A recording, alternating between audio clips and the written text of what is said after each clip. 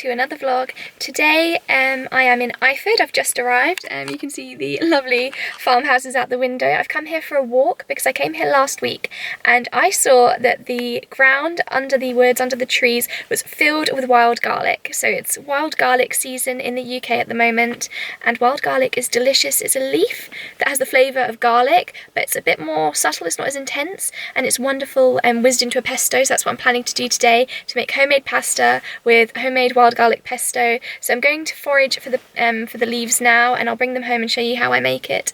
And I'm looking forward to the walk as well because I've just completed my first week of my work placement, and thank you to all of you who congratulated me on finding my work placement, and I am really enjoying it so far. It's really good. I love the atmosphere at the workplace because it's very chilled and all of the architects are really kind and helpful, and I'm having a wonderful time. They've welcomed me so nicely, but it's nice to be able to have time to come out for a walk because when I work all day obviously I don't have time for walks.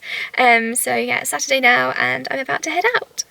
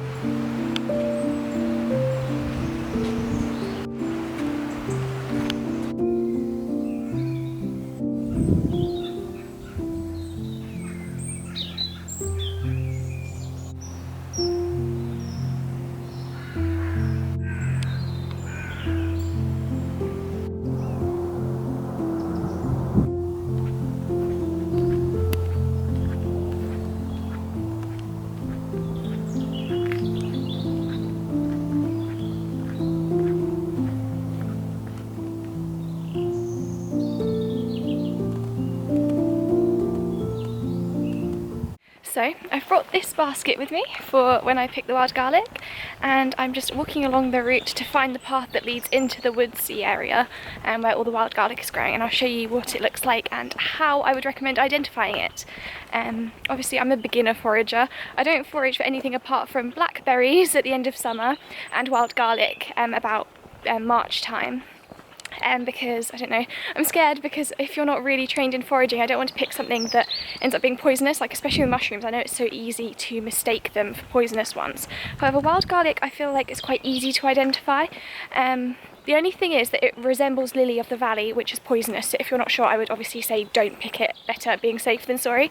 However, for me, I think that what makes wild garlic easy to identify is the smell. It's got an unmistakable smell as the smell of garlic. Obviously in the name you can tell that.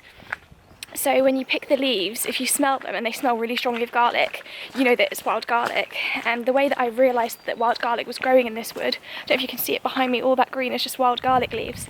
Like I said, last week I came here on a walk and I could smell the smell of garlic in the breeze, so I looked up and I realised there was all the wild garlic growing there. There's a rooster that keeps being really noisy and it's just echoing all around the hills. It's really funny. But anyway, yes, that's how I identify the wild garlic, by picking it and smelling it. And if it smells strongly of garlic, you know you've got it. This gate right here is called a kissing gate. I don't know if you can tell why, but basically the small gap in there, if you imagine two people squeezing into there, it's quite a tight situation. All sorts of gates and crossings are really common in British country walks, like around the countryside, separating fields. So you literally have to come in, move the gate across, and then carry on your way through. And here we've got a step to get back up to the path, so you kind of need to hop over it. I'll see if I can do it with my camera in one hand and the basket in the other. Oh. Oh. I made it across. But yeah, that's how you get from field to field here.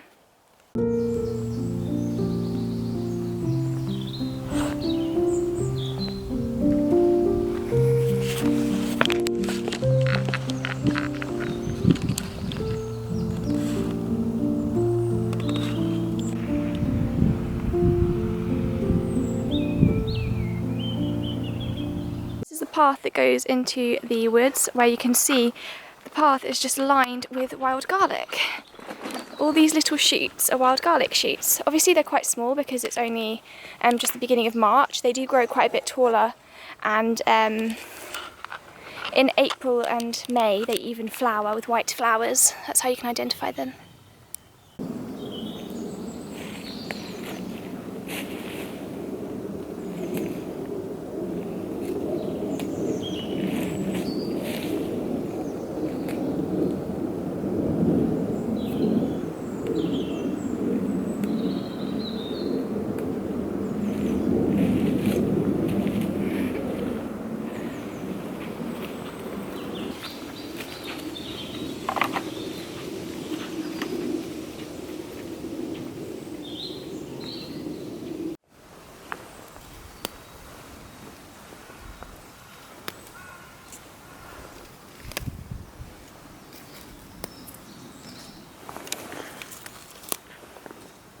If you're thinking about going and picking some wild garlic yourself, normally it can be found in damp places, so that's why it's all covering this woodland floor, but also by rivers. That rooster is not stopping, is he? So yeah, on woodland floors, by rivers, or just damp places, kind of dark, like so. So yeah. It's also fun to go and pick it, and you feel a sense of achievement, and you can make something delicious. Like I said, today I'm going to make a pesto. That rooster! But what I also love to do is put it into quiches. So you saw recently I made a quiche. I'll just put it into the filling, some leaves of wild garlic, chop some into it, and then lay some over the top, and it looks really beautiful. I'll put a picture in here of one that I made last year. But yeah, I just love wild garlic, and it's free, so that's another reason to go out and look for it.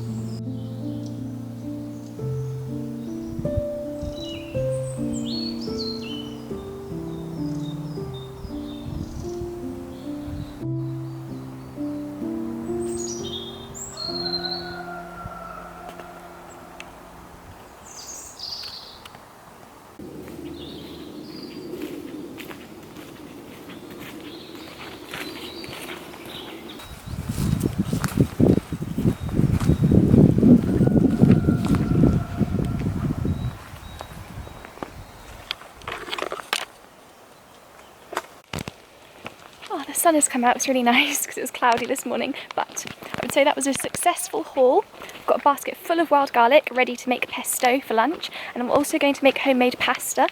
I'm going to go and buy some semolina flour because I didn't realise that I'd run out, which is a special type of flour that's used for making certain types of Italian pasta. And I'm going to make homemade orecchiette.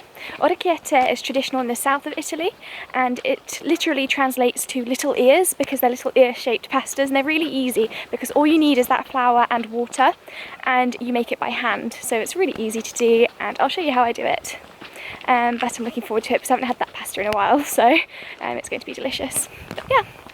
But now all I can smell is garlic, and probably anyone who passes me is just going to smell garlic as well from my basket, but it's fine.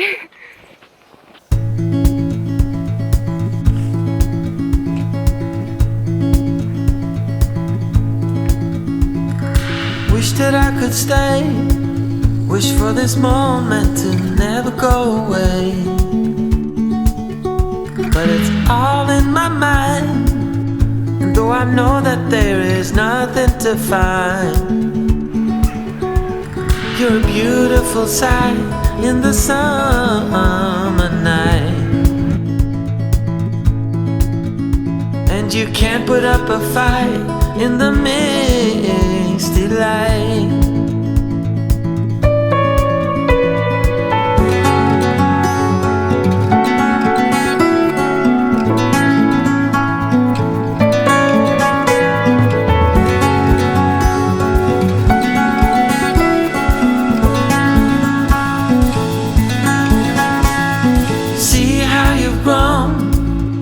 While you roam in the streets all alone,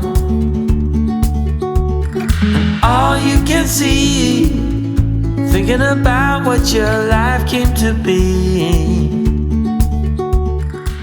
So I'm back from my walk. Afterwards I went out, like I said, I popped to the shops just to get some bits that I needed, but I'm ready to start making my lunch. And I've already prepared some asparagus. I've just put some olive oil, salt and pepper. I'm going to put that in the oven and roast it because I love pasta with pesto and roast asparagus on the top. It goes really well. So I'm going to pop that in the oven. And now I can crack on with the pasta. So during the lockdown, I actually started to learn how to make homemade pastas, and I've made all sorts of different types, like, you know, egg pastas and spaghetti, smaller pastas, and ravioli. I really had fun experimenting with it because obviously it's something that takes time. So because I had the time at home, that's what I started doing. But today I'm going to make orecchiette pasta because that's the easiest type of pasta if you want to try to make it at home as well. So it literally just uses water and semolina flour, and that is it. And like I said, you don't even need a fancy pasta machine to roll out the pasta into sheets. You can just, the shapes you make by hand. So it's really easy to do, and I'll show you how I do it. So what they say is with the semolina flour, you use 100 grams per person who's eating. I've got 200 grams in here because I want to make more than one serving so I can have it for the next few days. And I'll put that into my mixer. And now I have the luxury of a KitchenAid, so I don't need to do everything by hand, but you can just knead this dough by hand, of course, if you don't have a KitchenAid. And then you halve the amount of grams and put in that many grams of water. And it has to be warm water, so I've got some water that I've put in the kettle left on the side just to make it kind of warm to the touch. And obviously, because I said you half the amount of grams, I've got 200 grams of flour, and now I'm going to put 100 grams of water into there. I won't put all of it because I'm not sure if you're going to need all of it or not, so I start with just a bit and then I start mixing it and then add it after looking at the dough. Sometimes you need more than that much water, it just depends on the conditions, but we'll start by mixing this and see how it goes.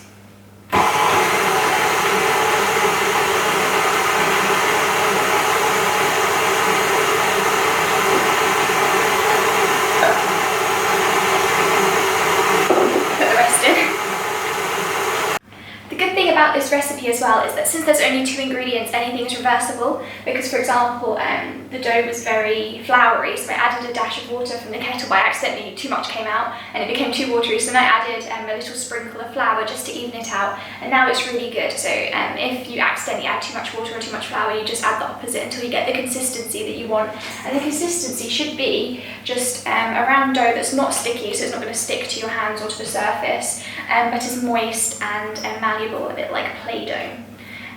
So you can see that my ball is very dark, but that's because when I went to the supermarket today, they only had whole grain semolina flour, which I've never used before, so I don't know how this pasta is going to come out today, but it's the only one they had. Normally I would just get like white, normal semolina flour, but I'm sure it'll be delicious and it's probably healthier this way anyway, so it's always good to try new things. So now what you want to do is form your dough into a ball and cover it in a tea towel.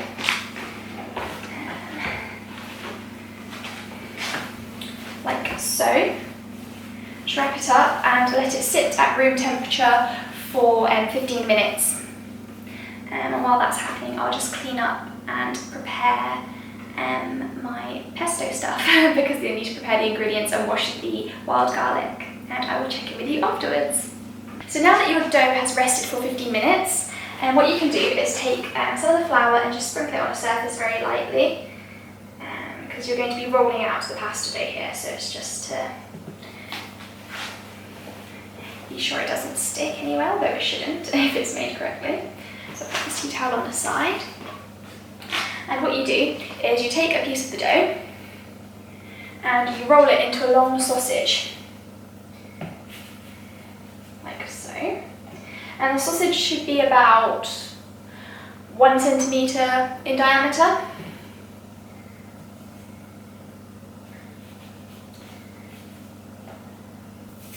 And then, getting a knife,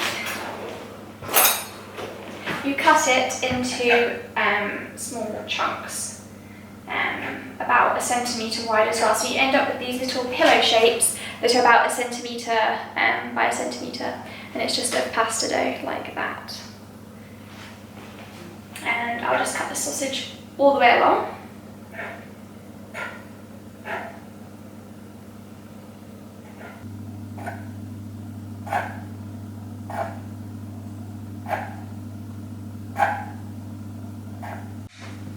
So this is the part where you form the little pillows of pasta dough into shapes, and they should look something like this. This is what we're aiming for. And as you can see, it kind of looks like a little ear. That's why they're called orecchiette, like I said before. So what you do is you grab one of the pasta balls, you roll it in the flour a bit, and then you put it onto the counter and roll it along, pushing your thumb down at the same time. And then you lift it up and you turn it inside out. And it should give you a little shape, something like that. And you just keep going with all of the pasta until you get through it all, basically. And it's as simple as that.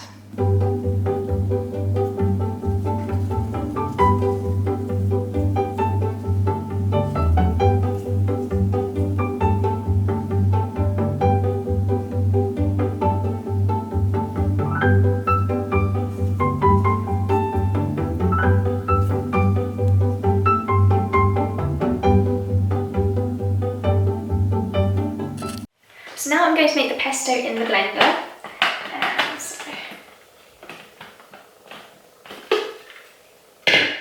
So I'm going to put all of the wild garlic in. I don't know if I can fit all of it, but I can always add it once it's stuck. I've blended half of it or something, because you need quite a lot. Actually, no, this is definitely not going to fit. I'll just put as much as I can in.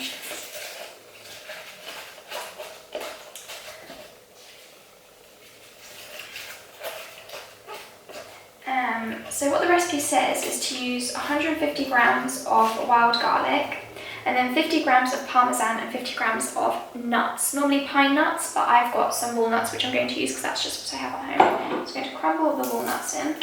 And with the parmesan, I've put a little bit more than 50 grams in the bowl because I'm not going to put it all into the blender. I'm going to save some to sprinkle onto the pasta once it's made.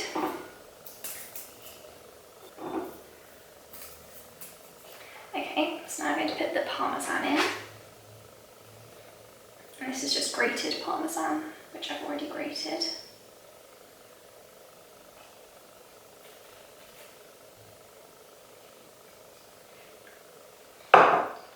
And then you put in a generous drizzle of olive oil. I have some olive oil here, and you want to put quite a lot because obviously that's the basis of the sauce. There's no other liquid in here. So I'm just going to pour that in, like so. Now I'll blend it.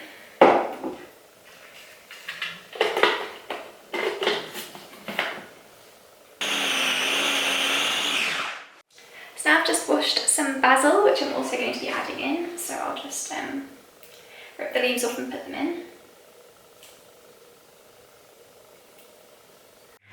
So now that everything's been whizzed up together, I normally at this point just taste it because I don't know if you can tell, but with a lot of my cooking, I don't use exact measurements. I kind of go with what should go in there and then see if I want to add something or I think it needs. So now I'll just try a bit of the pesto.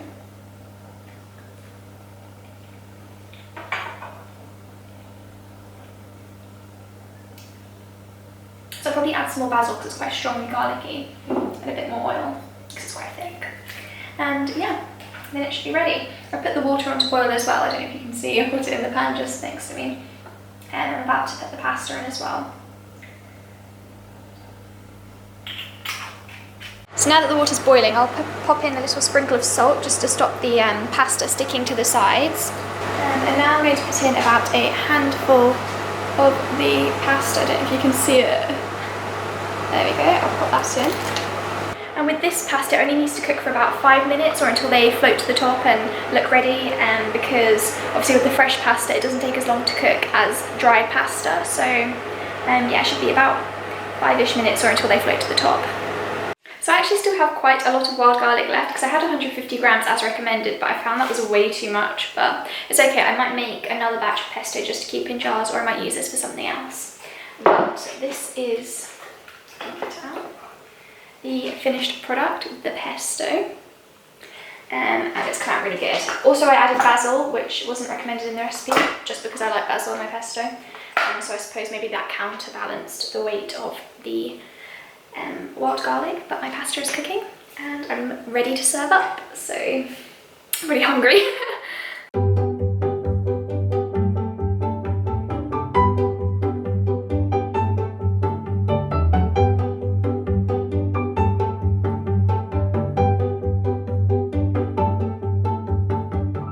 just put it into a bowl with, so there's pasta with pesto mixed together, and then I've put the roasted asparagus on top and sprinkled it with parmesan, and I am starving. I'm ready to tuck into this. It looks and smells really good. So as you can see, it's the next day, but I just want to show you what I've done with the leftover pesto. I've put it into a jar, so I can have that for the next few days. And with the leftover pasta, I've still got it on the counter here, and basically what I'm going to do is dry it out, because what's good about the Orecchiette pasta, because it's only made with flour and water, is that you can leave it out to dry. Normally it's better if you put it on a tray on a windowsill so it can dry in the sun, but there's no sun in England at the moment, so I'm just leaving it on the counter here to completely dry out, and then you can store it in a jar as you would any dried pasta and use it as you would with dried pasta you buy at the store. So that's what I'm doing. And yes, my plan for today is that I'm going to go to the Holburn Art Gallery in Bath, because they have an exhibition on at the moment with Tudor paintings, which I would like to go and see. So that's what I'm going to do later. I was just walking to the Holborn Gallery, and look at this beautiful camellia that I passed. It's stunning. I love how ruffly all the petals are. The Holborn Museum is Bath's first public art gallery and is located just beside Sydney Pleasure Gardens. It is set within a Grade 1 listed building, the former Sydney Hotel, constructed between 1796 and 1799, and stores Sir William Holborne's collection of fine and decorative arts. By 1882, Sir William had amassed an impressive collection of over 4,000 objects, pictures and books, all of which were donated to the people of Bath by his sister, Mary Holborne. Sydney Gardens, just to the rear of the building, was Jane Austen's favourite walk while she lived in Bath, and she even set part of her novel, Northanger Abbey, in Great Pulteney Street, directly in front of the museum. The Holborn Museum has also been used in many films and TV series, including the role of the Devonshire Villa in the film The Duchess, which starred Keira Knightley, as well as Staines Mansion in Vanity Fair, starring Reese Witherspoon, and probably most famously known for Lady Danbury's house in the Netflix series Bridgerton. Today I went to the temporary exhibition, The Tudors, Passion, Power and Politics, which displayed portraits of the 5 Tudor monarchs, Henry VII, Henry VIII, Edward VI, Mary I and Elizabeth I. It is fascinating that, even centuries later, they are amongst the most well-known figures in English history, and that their portraits are instantly recognisable. I was thrilled to be able to see some of the most iconic British portraits, including the Darnley and the Armada portraits of Queen Elizabeth I. The Holborn Museum is the perfect place to come to if you are looking for art and culture in Bath, and I would definitely recommend a visit if you are ever in the city.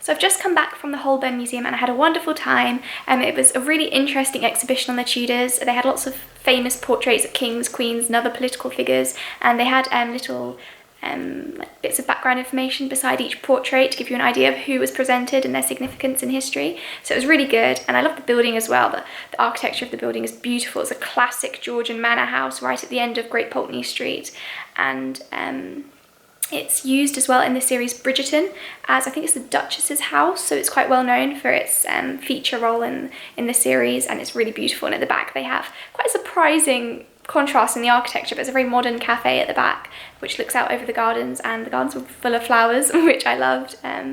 So yeah, I had a lovely time and I hope you enjoyed it too.